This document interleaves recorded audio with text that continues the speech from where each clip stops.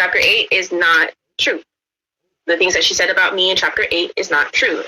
Hey, Obidi, Nanny, Nanny have just come out to debunk some kind of things that Korra wrote in her book. You know, she debunked some and she accepted some. Guys, let's just watch this video to the end. And don't forget to share, please. Thank you. Whatever you guys have read, if you have read the book, I've read the book. Chapter 8 is not true. The things that she said about me in chapter 8 is not true. No, she did not mention me by name. But again, when you go through situations, you know that it's you. Whoever is in that position knows themselves. When someone about, oh, my friend used to, if you are that friend, you're going to feel it. Of course, it's normal. So in that aspect, I want to let you know that nobody is saying you're not. For me, I am not saying you are not the nanny. Okay? You are the nanny that happens. And yes, from a mutual ear, I've heard it that you are the nanny. And this was what happened. And everything in the book, it will be better for you to tell your own part of the story. And one other part, again, was she said you and the doctor had more than just talking to each other. Their impression, I would have my own room. The room would have a bed, all kind of stuff be there until they can figure out what their next steps were. I don't know what happened in between, but she popped up in the morning at the house. And so I was just asking, as someone that's working with this family and watching the child, hey, you know, are you supposed to be here right now? Not to say like, oh, you're not supposed to be here. In any way indicates that when she comes, never in the room with Mr. J or whoever she's made him be in the book. I was never alone in the room with him. Whenever he did try to talk to me, I would always redirect and be like, hey, I think you need to talk about this issue, not me, because I have nothing to do with it. If you have a question about the child, how she's doing today, what she eat today, I can tell you stuff like that. But if you want to tell me, come yab with me about what's happening with your ex-wife or wife at the time, I don't want to hear that stuff because it has nothing to do with me.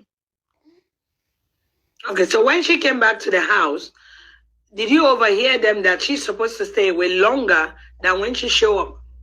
Did you hear that from any of them, or during the time they were talking, or before she budged out? Ooh, I heard things. Okay. I was a mediator in multiple conversations where they had an agreement that she would leave and he would help her find an apartment for herself until they could figure out their next steps. Oh. I don't know what happened in between time, but that's not what happened. She was supposed to leave and have a day with the child, and that's not what ended up happening. I don't know where she was. I don't know what happened to the child, or the child ended back at the house and we couldn't get a hold of Korra, and then it ended up being a whole tiff with me and Korra because my boundaries weren't being respected. And I had to leave because it became to a point where it's like, you keep going back on your word. You say, yeah, we can do this. And then you switch up on me. And as a professional, I can't work in those conditions. Also, I have my own life. I can't be your full-time nanny. And then you're saying, oh yeah, 8 p.m. till on, you can do what you need to do in your day. Everything from 8 p.m. on in America or probably the UK and anywhere else in the world, businesses are closed. You know, like I can't do stuff like that. I can't do anything for myself. So we had a tip there, but there were conversations between her and Mr. J where they had an agreement. I was the mediator that, you know, she would leave. I had actually pleaded her case because I had drawn a bath for her. I had bathed her. I gave her this whole layout so that she could relax because everything was so stressful. She had been crying. She was worried about her daughter.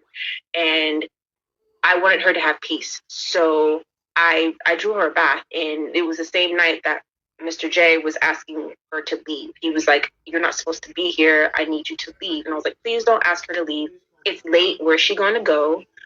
Can she just stay in the room with me and the child and we'll figure out something in the morning? You know, next steps tomorrow. Just let her stay here with me in the room. You don't have to be here.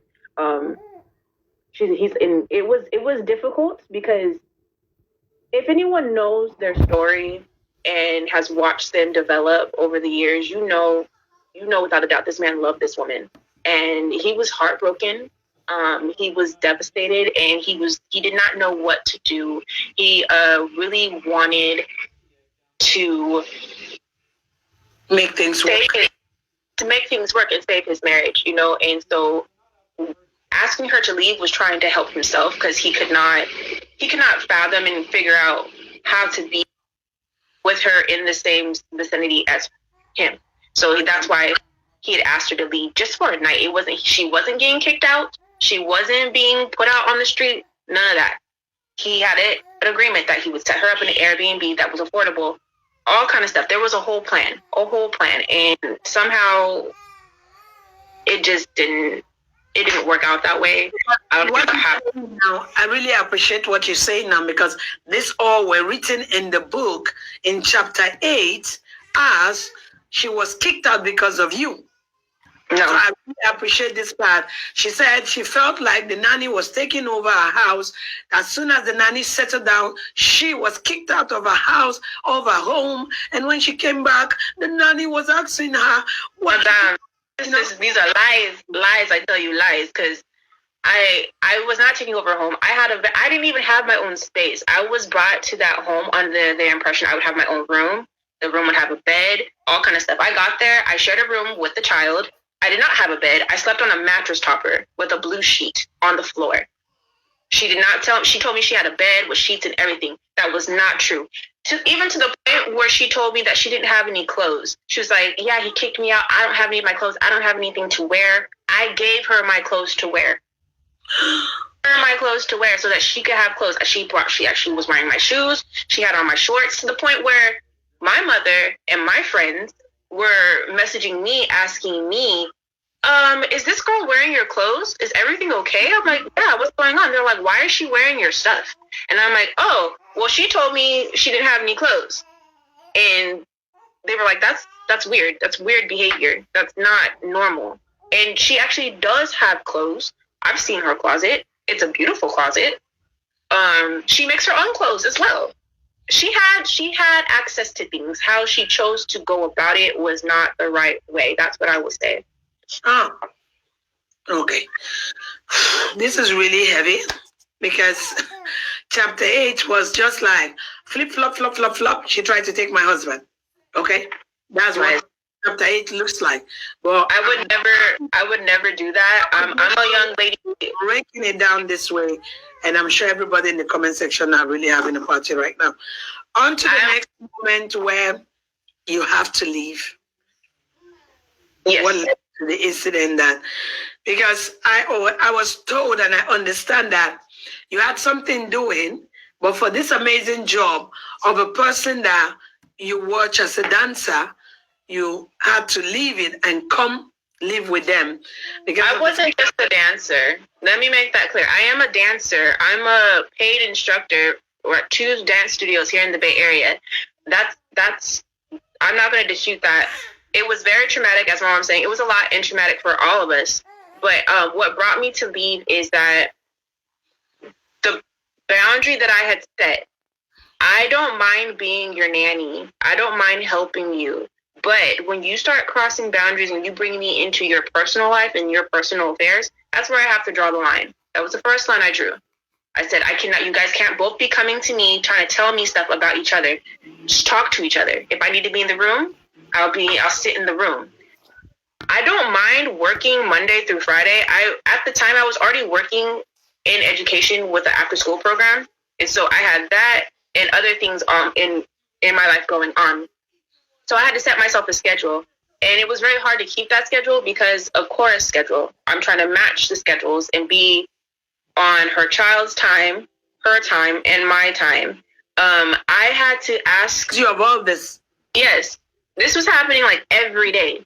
I remember laying on their floor, having an anxiety attack, crying, and had to pull myself together really quick. And then, the baby comes and she sits on me. She gives me a hug, trying to cheer me up because energy doesn't lie. Babies, the youth, they they recognize things. They recognize energy. And I think she could feel that I was sad. And so she would always come and give me a hug and just lay on me.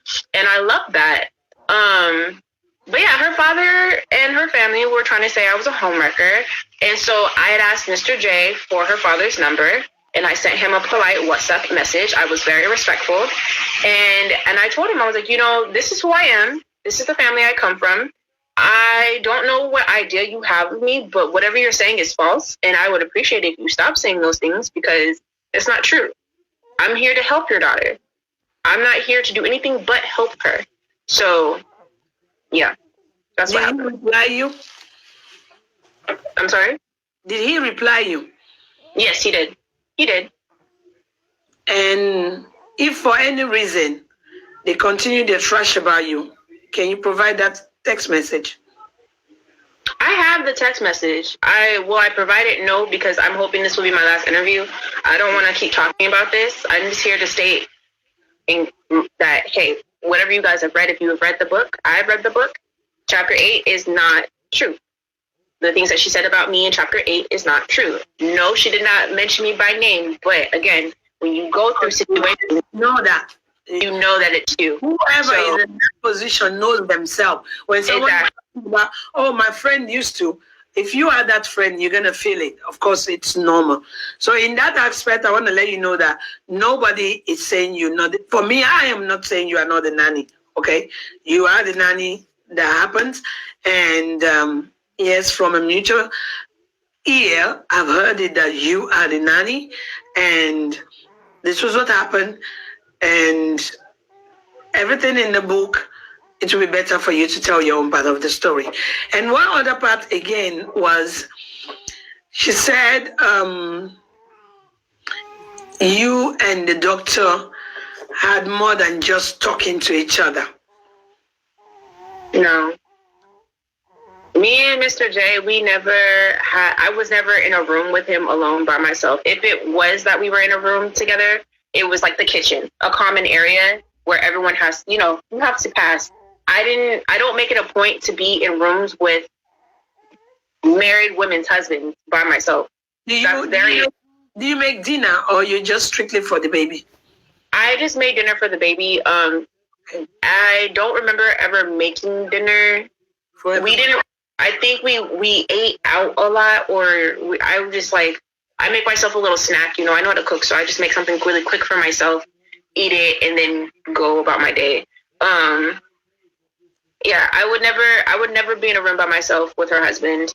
I would never do anything to tempt her husband. One, I'm not attracted to her husband. I'm not attracted to Caucasian men or white men. I like men of color, whether that be Asian, African, Jamaican, whatever. Color. Nothing to say anything against him. I think he was a great person. I make great friends with white men. We can be friends, but I'm not attracted to him in any kind of way. I never have been. Okay. So, one question, I'm seeing it popping in the comment section, though you don't have to answer if you don't want to. In that process where she was trying to sell things, were there any time that she succeeded? I don't think she succeeded. I don't think she sold anything. I know she was trying to get things to sell, but I don't think she actually sold anything. Okay.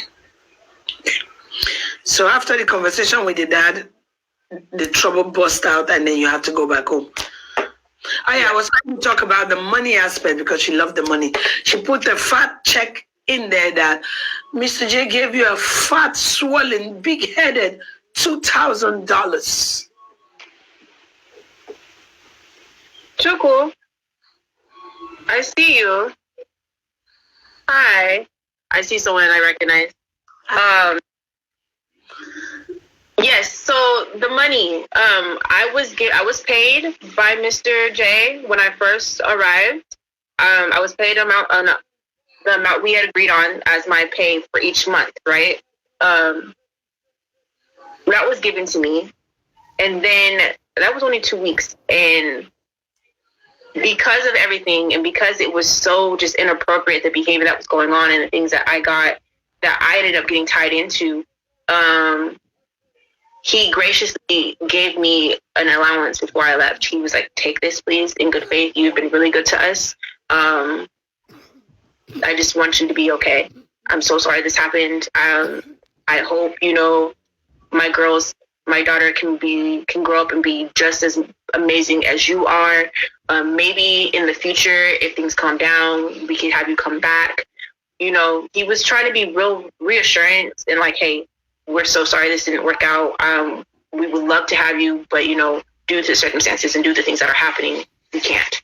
So yes, I was paid. But it was not how she's trying to make it seem. I was paid, but it was due pay. Big-headed $2,000. That the $2,000 has a big gigantic head and some fat muscles. You know, she wrote the amount in the book. Yes, it was 2,000 that was given to me. 2,000 was given to me before I left, and I wasn't expecting that. I just thought he would pay me like 1,000, maybe my normal pay. My normal pay was 1,500 a month, so I was like, "Oh, maybe he'll give me that." I tried to count it, and it was actually 2,000. I was like, "Wow, that's a lot." I wasn't expecting that. I felt really appreciative. I was really grateful. I went home, and that money helped me and my family advance. Calm down the pain a little bit, you know. Yeah. Bianti Nanny, God have mercy. If I don't even want to say if you're not feeling guilty, if you're not doing this, if you're not doing this. Now, even if what you say is, I'm not saying that it's a true, I'm not saying it's a lie, I do not live with you people. That is just the fact. And at one point in time of somebody's life, anybody can mess up at any time. You understand? So from what you're saying now, and from what they are making you to say, because some of the questions is actually, and what they are making you to say, making money out of you, is you yourself exposing yourself again to the world. You know, this book have been written, and according to you, your name was not written there. And I don't think you are the only nanny. And is your face looking familiar with the other girl? No, it's not you. I don't think that you are the only nanny at that time. So I don't really know. I'm not saying that you're right. I'm not saying that Korra is right. I don't know. But what I'm trying to say is, you nanny trying to come out now and speak, at what benefit are you speaking for? At least if you feel, oh, Korra, what you wrote about me is a lie or something, our doctor actually have said the way that you should go, whereby sue. He said he's going to sue the book, he's going to sue this, he's going to sue that. So why not you just follow the normal procedure? That is the only problem I have with you. Nancy said it, that if the book comes out and you find out that what you think is being said in the book is not true, you are free to sue. So why not you just use the legal system instead of you to coming out to say this one happened, this one. I don't know is your own good, but the same mistake that if I don't know, please share, like, and subscribe.